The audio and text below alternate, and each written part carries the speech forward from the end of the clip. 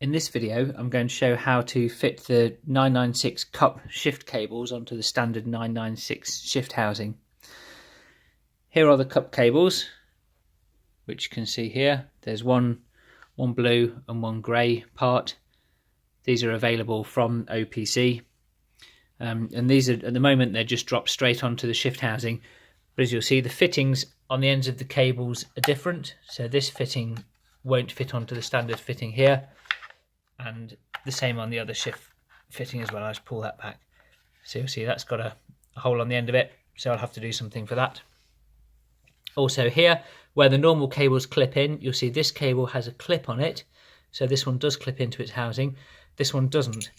Now, to solve this, Porsche do provide there is a part available, which you can see get the right way around, you can see the part number there. Now what this does, this part goes onto here and clamps it down, but there's a couple of problems. Firstly, as you can see, the hole isn't in the right place, just there, so that's no good. And the second one, I've been advised that if we do screw that down, then the console won't fit on top because this post is too high up. So to get around this, I've had to make you can modify this one by shortening the depth of these by around 8mm and also shortening this post by 8mm. But I've opted to make up my own instead.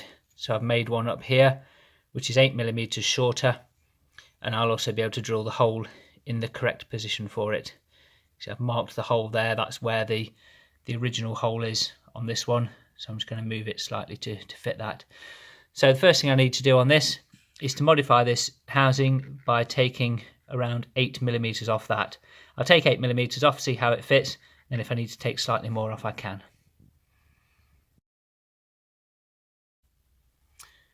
Right, here is the small section that I've cut off. Just cleaned it up with the fire around the top.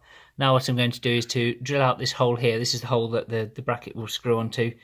I'm going to drill that out with this drill just to open it up so that when the screw goes in, it's not going to crack this, because obviously we've taken 8mm off. So I'll just quickly run that through with the electric drill. I'll check on the drill size. This is a 3.5mm drill, which is just the right size to fit through there. With this hole now drilled through, which only took a very small amount of drilling, it now runs clean through, I can trial fit my bracket, which will go on here like this. As you can see, it fits on there nice and snugly. I'm just going to relieve it very slightly along this edge here, because it's just catching on there. Other than that, it looks about right. I'll probably just round these corners off on here a little bit more. And then I need to just drill the hole. So I'm going to have to estimate the distance for the hole based on where I've marked it, and looking at how far off the other bracket was as well. So I'll get that marked up, drill the hole, then we can see how it fits. The standard fittings on the usual shift cable have these plastic ends with adjusters on them.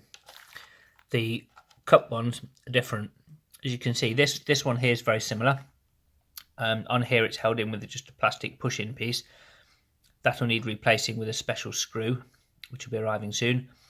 For this one though, it's quite different. As you can see, this is a threaded adjuster on here, which isn't going to fit on there.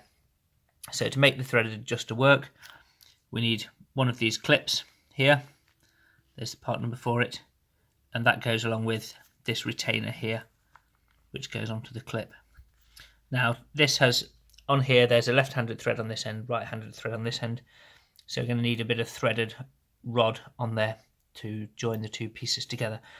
So to do that, I've got this M6 bolt here, which I'm just going to cut the head off and use that as a bit of threaded rod to go in there like that, and then I shall be locking it in place with this nut.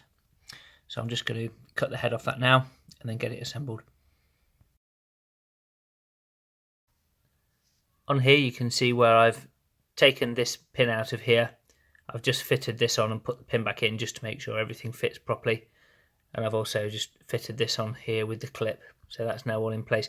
One thing I do need to do though at the moment, as you can see on this one, it's got 2 half nuts on it, so that this nut is to lock this in place, the nut on the left is to lock this in place.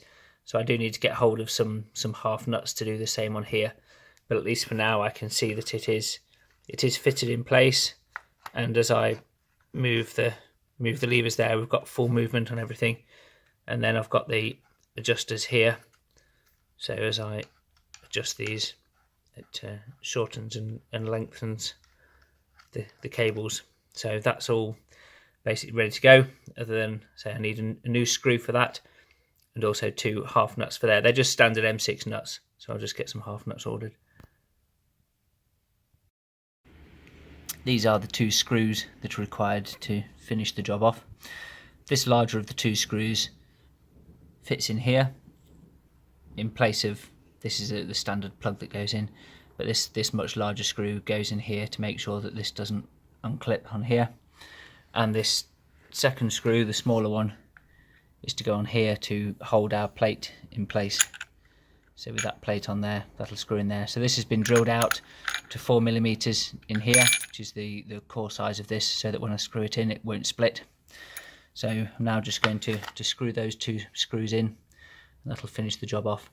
This has been, I put the 2 locking nuts on here, so that's a 25mm long threaded bar on there with the 2 half nuts to lock it in place. So we've got an adjuster here, which will adjust the forwards and backwards movement on there, and then we've got the other adjuster here, which will work in the same way, so when they're adjusted, they'll then be locked off. There's a conveniently located hole in the side of here. So with this one unclipped, it's easy to get through here with a screwdriver. So this is a T30 Torx to do that. So that's just been tightened up on there. So that one's all nice and secure. When I came to fit this screw, I noticed that there's actually a bit of a shoulder on it just here. So to make it fit, I've had to open up the hole in the plate. So it's now got an 8mm hole in it, so that the screw will fit through nicely. Fit through the plate like that, and there's a tiny bit of shoulder sticking through, so I've just relieved that slightly with a 9mm drill just to give a little bit of clearance, so this plate should now screw into place.